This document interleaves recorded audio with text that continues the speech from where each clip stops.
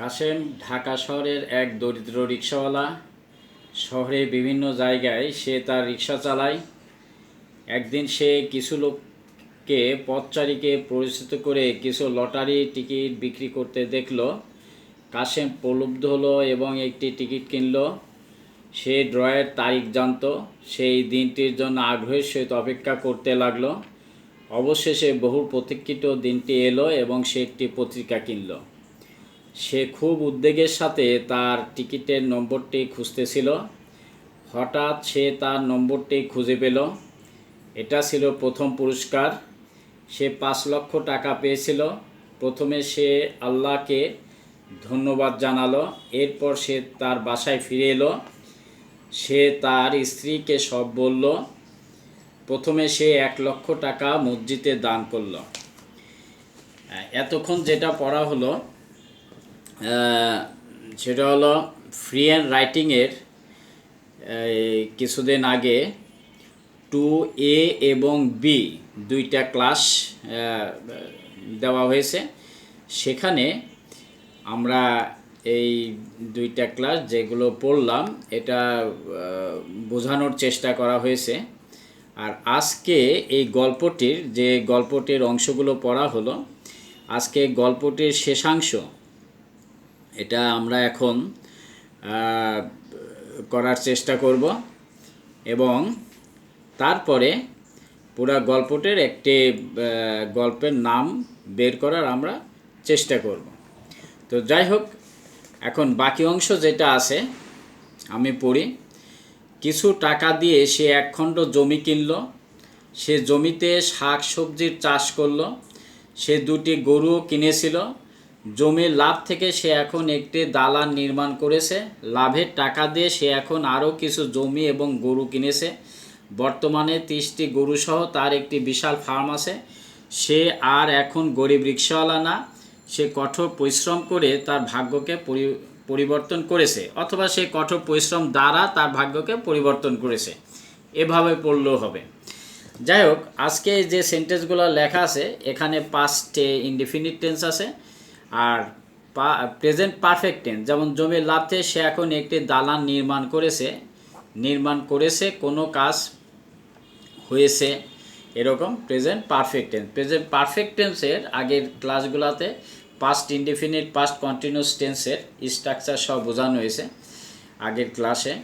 অর্থাৎ free hand writing 2A আর B দেখলে এটা স্পষ্ট হবে। আর প্রেজেন্ট পারফেক্ট টেন্সের যে স্ট্রাকচার, অর্থাৎ এই সেন্টেন্সগুলো লিখতে গেলে আমাদের যে স্ট্রাকচার ফলো করতে হবে সেটা প্রথমে সাবজেক্ট, এরপরে have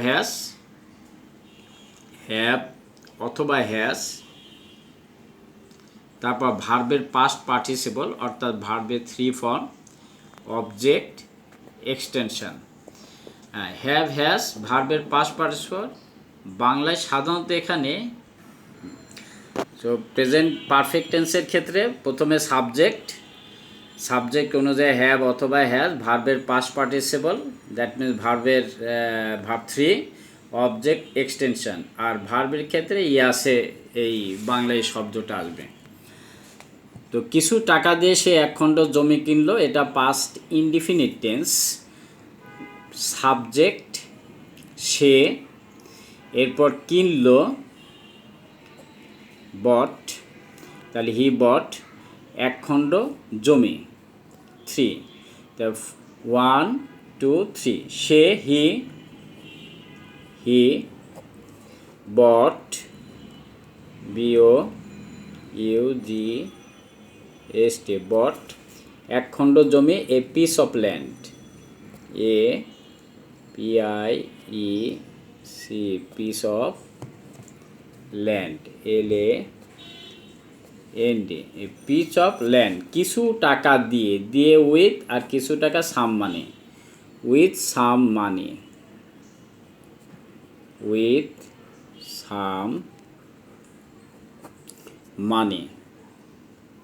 MONEY money, with some money. He bought a piece of land with some money. সে জমিতে শাকসবজির চাষ করলো। তো সে শব্দটা চাষ করলো, এটা ভার্ব। এটা পাস্ট ইনডিফিনিট। সাবজেক্ট সে, হি। ভার্ব চাষ করলো, কাল্টিভেটেড, CULTIVATED,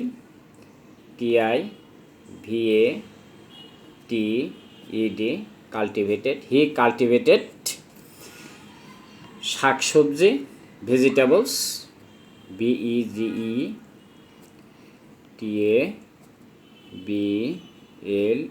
ভেজিটেবলস। হি কাল্টিভেটেড ভেজিটেবলস জমিতে, ইন দ্য ল্যান্ড, অথবা ইন হিজ ল্যান্ড দিলেও হবে, ইন দ্য ল্যান্ড। সে দুটো গরু কিনেছিল, সে সাবজেক্ট, সে শব্দ কিনেছিল, অতএব এটা ভার্ব। তাহলে he subject, he.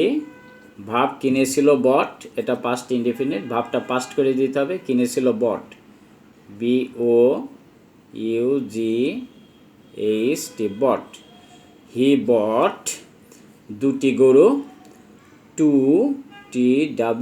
2 cows, COWS, cows. He bot 2 cows. তো এখানে গরুও বলা হয়েছে, এটা হি অলসো বট 2 কাউস লিখলে বেটার হতো। তো কোনো কারণে অলসো যদি না লেখা বা মিসিং যদি হয়ে যায়, এখানে TOO দিলেও একই অর্থ হবে, হি বট 2 কাউস, 2। অথবা হি অলসো বট 2 কাউস দিলেও হবে। জমির লাভ থেকে সে এখন একটি দালান নির্মাণ করেছে, সাবজেক্ট সে, আর সাথে যে অ্যাডভার্ব থাকলে ওটা সহ লিখতে হয়, সে এখন, দ্যাট মিনস নাও হি নির্মাণ করেছে। এটা present perfect tense. Present perfect টেন্সে বলা হয়েছে সাবজেক্ট অনুযায়ী হ্যাভ হ্যাজ ব্যবহার করতে হবে। নাও হি হ্যাজ, ভার্বের পাস্ট পার্টিসিপল নির্মাণ করা, বিল্ড লিখতে হবে built, BUILT, built. He has built একটি দালান, a building, BUILDING,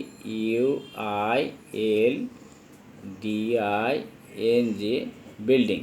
now he has built a building জমির লাভ থেকে, ফ্রম দ্য প্রফিট। হ্যাঁ, লাভ থেকে হলো from the profit, FROM, from the profit, PROFIT, profit. From the profit জমির, অফ দ্য ল্যান্ড। শব্দের সাথে র থাকলে অফ দিয়ে লিখতে হয়, যেমন জমির র আছে, এই জন্য অফ দ্য ল্যান্ড এভাবে লেখা উচিত। লাভের টাকা দিয়ে সে এখন আরও কিছু জমি এবং গরু কিনেছে। এখন সাবজেক্ট হলো সে, এখন সাথে আনতে হবে, সে এখন, নাও হি, এখন কিনেছে, এটা present perfect. Now he has bought, BOUGHT, bought. Now he has bought আরও কিছু জমি এবং গরু।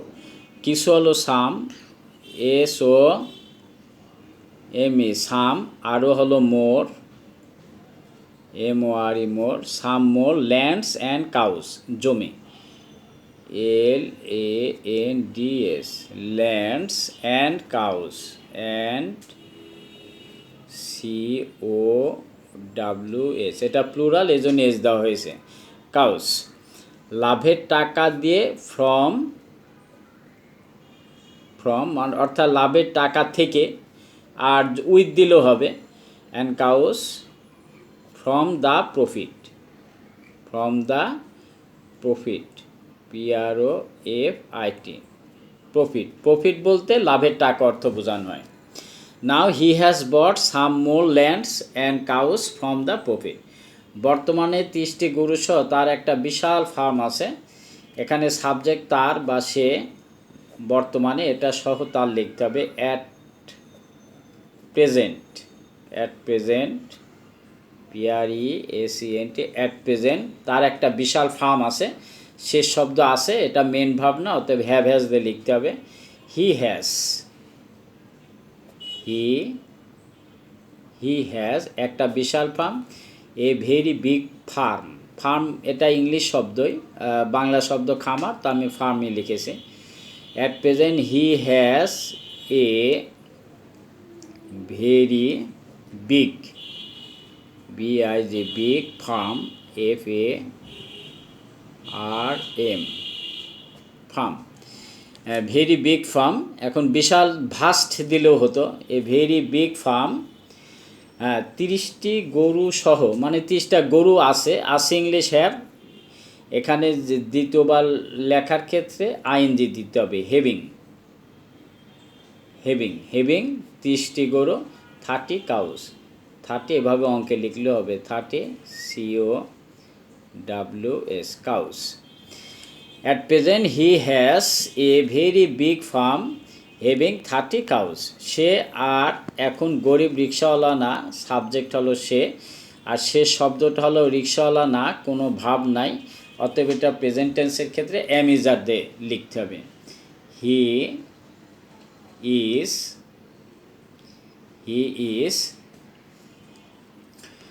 হ্যাঁ, হি ইজ, এখনটা ফার্স্টে লেখা বেটার, তাহলে এখানে নাও দিয়ে নিলাম, নাও এইচটা স্মল লেটার দিলাম। Now he is no, no more অথবা নট, শুধু নট দিলে হবে, তখন আর ওই আর এর জন্য মোর লেখার প্রয়োজন হবে না। Now he is not a poor, POOR, poor রিক্সাওয়ালা English rickshaw puller, RICKSHAW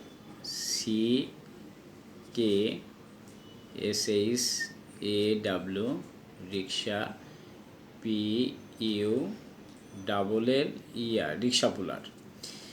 now he is not a poor rickshaw puller. সে কঠোর পরিশ্রম করে বা কঠোর পরিশ্রম দ্বারা তার ভাগ্যকে পরিবর্তন করেছে, এটা প্রেজেন্ট পারফেক্ট টেন্স। তাহলে প্রথমে সাবজেক্ট সে, হি, সাবজেক্ট অনুযায়ী হ্যাজ, হি হ্যাজ, ভার্বের পাস্ট পার্টিসিপল পরিবর্তন করা, changed, CHANGED changed, he has change. Now he has changed, এখন তার ভাগ্য, হি has changed his lakh, LUCK lakh. Now he has changed his lakh, কঠোর পরিশ্রম দ্বারা বা কঠোর পরিশ্রম করে।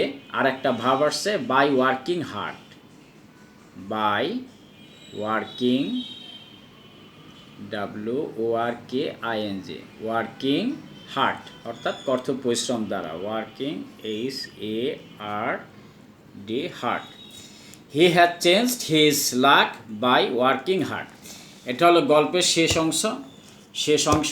আর এই গল্পটা প্রথম থেকে আমি পড়ে শুনেছি, এটা লটারির ব্যাপার নিয়ে, অতএব গল্পের নাম উইনিং আর লটারি, এটা দিলেও হবে, অথবা ওয়ার্কিং হার্ড, এটা গল্পের উপর ডিপেন্ড করে, অথবা আর রিক্সা পোলার গল্পের নাম এভাবে দিলে হবে। অর্থাৎ একটা গল্প লেখার পরে নামটা স্থির করতে হয়, গল্পের ঘটনা যেভাবে যাবে ওটার উপর ডিপেন্ড করে একটা গল্পর নাম লিখতে হয়।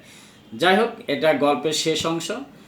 টু ফ্রি হ্যান্ড রাইটিংয়ে 2A আর B, এটা ভালোভাবে